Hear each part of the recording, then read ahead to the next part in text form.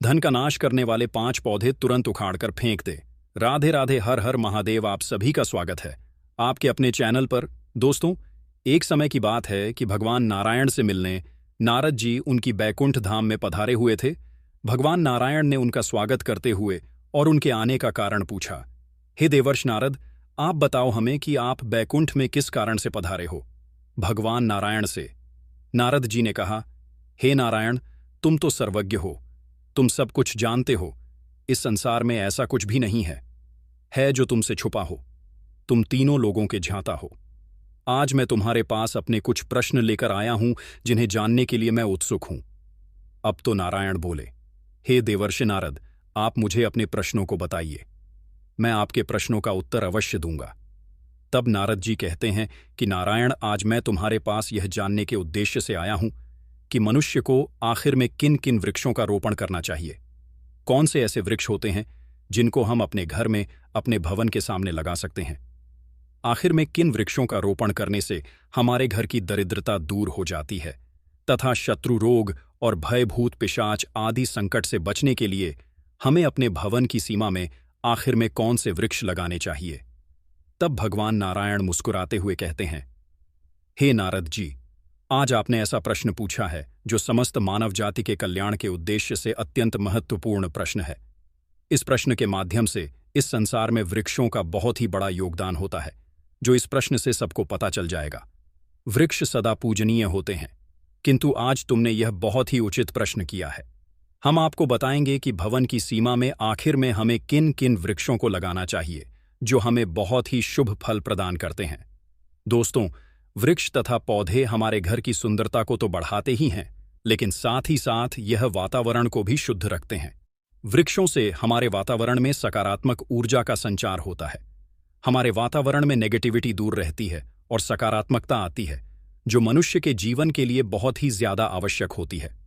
वृक्ष नकारात्मकता को दूर करके हमारे वातावरण को सकारात्मक बनाए रखने का काम करते हैं। घर के सामने शुभ पेड़ लगाने से हमारे घर में सुख समृद्धि आती है और हमारे घर से आर्थिक तंगी दूर हो जाती है। दोस्तों, साथ ही यह पेड़ कई प्रकार के वास्तु दोष को भी नष्ट करने में सक्षम होते हैं। घर के आंगन में वृक्ष देवताओं के समान घर की रक्षा करते हैं। जैसे देवता हमारे घर की रक्षा करते हैं, उसी प्रकार हमारे घर में खड़े पेड़ भी हमारे घर की रक्षा करते हैं। भवन के पास कौन से पेड़ पौधे लगाने चाहिए और कौन से नहीं, इसके बारे में आप हमें बताने की कोशिश करें। तब नारायण भगवान कहते हैं कि मैं तुम्हें एक प्राचीन कथा सुनाऊं, जिससे तुम्हें यह स्पष्ट समझ आ जाएगा कि आखिर में वृक्षों का तथा पेड़ पौधों का हमारे घर के आसपास लगाना कितना फलदायी होता है और कौन से पौधे हम अपने घर के पास लगाने से दुख और दरिद्रता को लाते हैं। जो भी मनुष्य इस कथा को बहुत ही ध्यान से सुनेगा, उसके सैकड़ों पाप अपने आप नष्ट हो जाएंगे और उसके घर में दरिद्रता का नाश हो जाएगा। तब नारद जी भगवान नारायण से कहते हैं, हे भगवान, मैं इस कथा को पूरे ध्यान से अवश्य ही सुनूंगा। कृपया आप मुझे वह कथा सुनाने की कोशिश करें। मैं इस कथा को सुनने के लिए बहुत ही ज्यादा उत्सुक हूं। तब भगवान नारायण कहते हैं, हे नारद जी, पूर्व कल की बात है। उत्तर प्रदेश में एक बहुत ही सुंदर नगरी थी। उस नगरी में रामेश्वर नाम का एक वैश्य अपनी पत्नी सुभद्रा के साथ निवास करता था। रामेश्वर भगवान नारायण का भक्त था। वह नित्य भगवान नारायण की पूजा करता था और हमेशा अपने मन में सदैव भगवान को याद करता रहता था। रामेश्वर की पत्नी भी बहुत ही सुशील और गृह कार्य में दक्ष और एक पतिव्रता स्त्री थी। वह अपने पति के साथ भगवान की सदैव सेवा में लगी रहती थी। उनके घर में धन धान्य की कोई कमी नहीं थी। वह अपने घर में धन धान्य से संपूर्ण और परिपूर्ण थे। तब भगवान की कृपा से उसके पास सब कुछ था। इस प्रकार से अनेक दिन बीत जाने के बाद रामेश्वर की जो पत्नी थी, जिसका नाम सुभद्रा था, उसने अपने आंगन में एक वृक्ष का रोपण किया था और वह उसे वृक्ष की नित्य सेवा करती थी। उसमें जल चढ़ाकर उसकी सेवा में लीन रहती थी। किंतु रामेश्वर की पत्नी को वृक्ष रोपण का बिल्कुल भी ज्ञान नहीं था। उसे जो वृक्ष प्रिय लग जाता, वही वृक्ष वह अपने घर में लगा लेती थी। उसने अपने घर में जो वृक्ष अशुभ माने जाते थे, उन वृक्षों का रोपण किया, क्योंकि उसे वृक्षों के बारे में कोई भी जानकारी नहीं थी। उसने अपने घर के आंगन में उन वृक्षों को ध्यान रखकर उनकी सेवा कर उनका बड़ा कर दिया, जिस कारण से रामेश्वर को व्यापार में काफी सारा घाटा होने लगा था। उसके घर में रोज कलह होने लगती थी। जो पति पत्नी एकदम शांत स्वभाव से रहते थे, अब पति पत्नी में कला हो जाती थी, जो नित्य भगवान की सेवा करते थे। अब उनका मन सेवा में कम लगता था। पति पत्नी में बार बार क्लेश होने लग जाती थी। उन दोनों के जीवन में समझो जैसे कठिनाइयों का पहाड़ टूट गया हो। रामेश्वर का सारा व्यापार धीरे धीरे डूब गया था और उसका सारा धन भी धीरे धीरे करके नष्ट हो गया था। अब रामेश्वर के पास अनाज खरीदने के लिए पैसे भी नहीं थे। वह भूख से व्याकुल रहते थे, क्योंकि अब उनके पास खाने के लिए कुछ खरीदने के लिए पैसे भी नहीं थे। वह भूखे ही रहने लगे थे, जिससे क्रोधित होकर उसकी पत्नी गुस्सा करने लगी। वह अपने पति को कोई काम करने के लिए कहती। फिर रामेश्वर काम मांगने के लिए गांव में घूमने लगा, लेकिन उसे कहीं पर भी बिल्कुल भी किसी ने काम नहीं दिया था। उसने आकर अपनी पत्नी से कहा, सुभद्रा, मुझे तो कोई काम भी नहीं दे रहा है। न जाने हमारी किस्मत को क्या हो गया है। हमारी जिंदगी में पता नहीं कैसे इतनी सारी परेशानियां आ गई हैं। अब मैं कहाँ पर काम खोजने जाऊं? मुझे तो कहीं पर भी कोई काम नहीं मिल रहा है। वे दोनों ही पूरी तरह से हताश हो गए थे। रामेश्वर और उसकी पत्नी ने किसी तरह अपना पेट भरा। इस प्रकार से अशुभ वृक्ष लगाने के कारण दोनों के ही जीवन में घोर पाप, दरिद्रता और परेशानी, संकट आने लगे। किंतु वे दोनों ही इस बात से बिल्कुल ही अनजान थे कि उनके घर में आखिर में इतनी बड़ी दरिद्रता कैसे आई। फिर एक दिन एक साधु महात्मा रामेश्वर के घर पर पधार हैं। उन्हें देखकर रामेश्वर ने उनको प्रणाम किया और कहते हैं, हे साधु महाराज, पधारिए। आपका इस गरीब की कुटिया में स्वागत है। कहिए, मैं आपकी अपने मन से और अपने आप से कैसे सहायता कर सकता हूं? वह साधु महाराज कहने लगे, हे महोदय, मैं तीर्थ यात्रा पर जा रहा था। विश्राम करने के लिए कोई जगह खोज रहा था, किंतु मुझे कोई जगह नहीं मिली। यदि आपको कोई कष्ट ना हो तो मुझे अपने घर में स्थान दे दोगे। मैं बहुत दिनों से भूखा हूं। कुछ भोजन भी प्राप्त हो जाए तो आप पर भगवान की बहुत बड़ी कृपा होगी। साधु महाराज के ऐसे वचन सुनकर वह रामेश्वर कहने लगा, हे साधु महात्मा, आप अवश्य ही एक पुण्य आत्मा हो। आपके मुख पर तेज छाया हुआ है। आपकी सेवा करने का मुझे सौभाग्य मिला है। मैं इस अवसर को नहीं जाने दूंगा। मैं आपकी सेवा करके बड़ा ही आनंद हो जाऊंगा।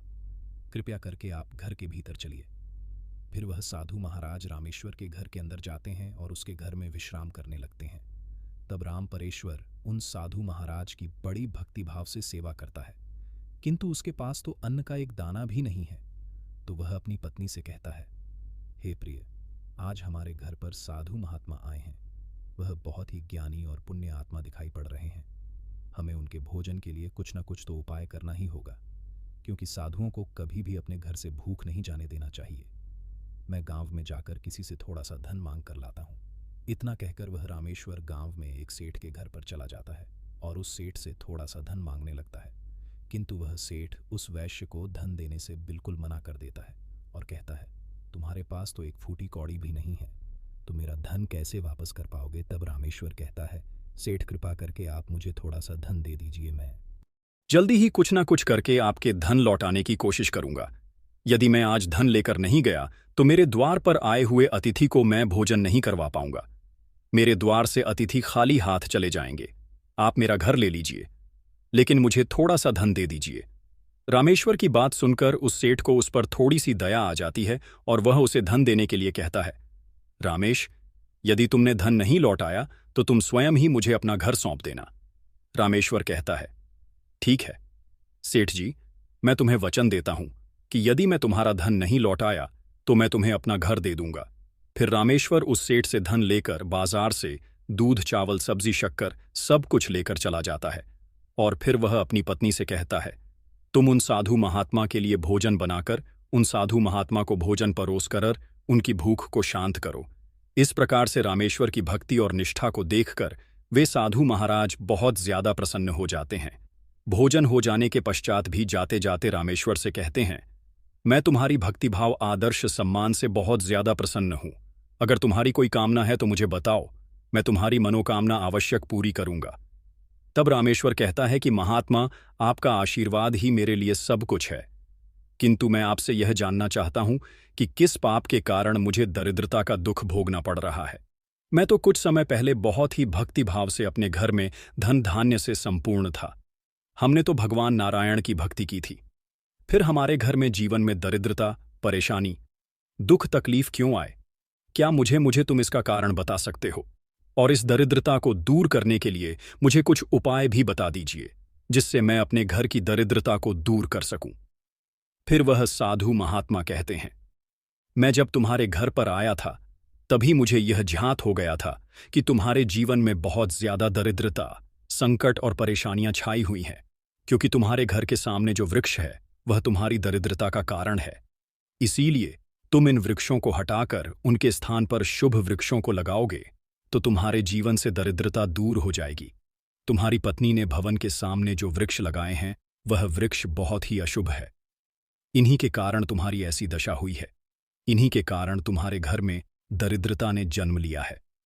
रामेश्वर कहता है कि महात्मा कृपा करके मुझे बताइए कि घर के सामने हमें कौन सी वृक्ष लगानी चाहिए जिससे हमारे घर में दरिद्रता दूर हो जाए और सुख, समृद्धि और धन का वास होने लगे। ऐसी कौन से वृक्ष हैं जो हमें भूलकर भी नहीं लगाने चाहिए? कृपया करके आप मुझे विस्तार से समझने की कोशिश करो, क्योंकि मैं बहुत ही दुखी हूं। फिर वह साधु महात्मा कहते हैं, रामेश्वर, मैं तुम्हें उन सब वृक्षों के बारे में बताऊंगा जिन्हें घर के पास लगाने से हमें शुभ फलों की प्राप्ति होगी। इसीलिए तुम ध्यानपूर्वक सुनो। किसी जलाशय के समीप पीपल का वृक्ष लगाने वाले मनुष्य को जो फल मिलता है वह सैकड़ों यज्ञ के समान माना जाता है। अगर तुम कहीं पर पीपल का वृक्ष लगाओगे तो समझो कि तुमने सैकड़ों यज्ञ को कर लिया है। जब पीपल के पत्ते उस जलाशय से गिरते हैं तो वह पिंड के समान होकर पितरों को भी तृप्ति प्रदान करते हैं। इससे सभी प्रकार के पितृदोष भी समाप्त हो जाते हैं। इसीलिए हर मनुष्य को किसी जलाशय के समीप एक पीपल का वृक्ष अवश्य लगाना चाहिए। जो मनुष्य नित्य श्रा करके पीपल को स्पर्श करके उनको प्रणाम करता है तो वह सभी पापों से मुक्ति पा लेता है और कभी भी वह अपने जीवन में पराजित नहीं होता है। पीपल को स्पर्श करने से हमें माता लक्ष्मी की प्राप्ति, उसकी कृपा भी हम पर बरसती है और पीपल की परिक्रमा करने से हमारी आयु में वृद्धि होती है। दूसरा वृक्ष है आंवले का पेड़। आंवले का फल समस्त लोगों में प्रसिद्ध एवं पवित्र परम माना है। आंवले को लगाने से स्त्री और पुरुष जन्म मृत्यु के बंधन से सदा सदा के लिए मुक्त हो जाते हैं। आंवला पवित्र फल भगवान विष्णु को अत्यंत प्रसन्न करने वाला एवं शुभ फल देने वाला माना गया है। आंवले को खाने से हमें सभी पापों से मुक्ति भी मिलती है। इसके अलावा आंवला खाने से हमारी आयु भी बढ़ती है। उसका अगर हम जल पिए तो हमारे रोगों का नाश होता है और आंवला को जल में मिलाकर श्रा करने से हमारे घर से दरिद्रता दूर हो जाती है। तीसरा है अशोक का वृक्ष। अशोक के वृक्ष में अक्षराओं का निवास माना जाता है। यह वृक्ष शोक का नाश करने वाला तथा निराशा को समाप्त करने वाला होता है और हमारे घर में खुशी यह लाने वाला होता है। इस वृक्ष को घर के पास लगाने से हमारे घर में सदैव सुख, समृद्धि और शांति बनी रहती है। अशोक का वृक्ष हमें शीतलता प्रदान करने वाला बहुत ही खूबसूरत और पवित्र पौधा होता है। माता लक्ष्मी ने जब देवी सीता के रूप में अवतार लिया था तब रावण द्वारा अपहरण करने के बाद भी मां सीता अशोक वाटिका में अशोक के वृक्ष के नीचे ही अपनी जीवन बिता रही थी। मां सीता की अशोक के वृक्ष ने बहुत ही सेवा की थी। इसीलिए माता सीता ने अशोक के वृक्ष को यह वरदान दिया था कि जो भी व्यक्ति जिस भी स्थान पर अशोक के वृक्ष का पेड़ लगाएगा उसका घर सदैव सुख, समृद्धि और खुशियों से भरा रहेगा। चौथा वृक्ष है नीम का वृक्ष। नीम का वृक्ष लगाने से सूर्यदेव प्रसन्न होते हैं। नीम का वृक्ष हमारे आयु का प्रदान करने वाला माना जाता है। इसे घर के पास लगाने से हमें नाना प्रकार के रोगों से मुक्ति मिलती है। मां लक्ष्मी को नीम के पत्ते बहुत ज्यादा प्रिय होते हैं। इसीलिए नीम के पत्तों के पास माता लक्ष्मी निवास करती हैं। घर के सामने नीम के वृक्ष को लगाने से हमारे घर में धन संपत्ति की प्राप्ति होती है। इसीलिए आप सबको अपने घर के पास में नीम का वृक्ष अवश्य लगाना चाहिए। पांचवा वृक्ष है जामुन का। कोई मनुष्य कन्या प्रताप की कामना करना चाहता है। जो व्यक्ति चाहता है कि उसके जीवन में एक कन्या का जन्म हो तो उसे जामुन का वृक्ष अपने घर में अवश्य लगाना चाहिए। जिस घर के सामने जामुन का वृक्ष लगा हुआ होता है उस घर में कन्या का जन्म निश्चित होता है। छठा है बेल का वृक्ष। जो भी व्यक्ति बेल के वृक्ष को अपने घर में लगाता है तो वह भगवान शिव के आशीर्वाद को प्राप्त करता है।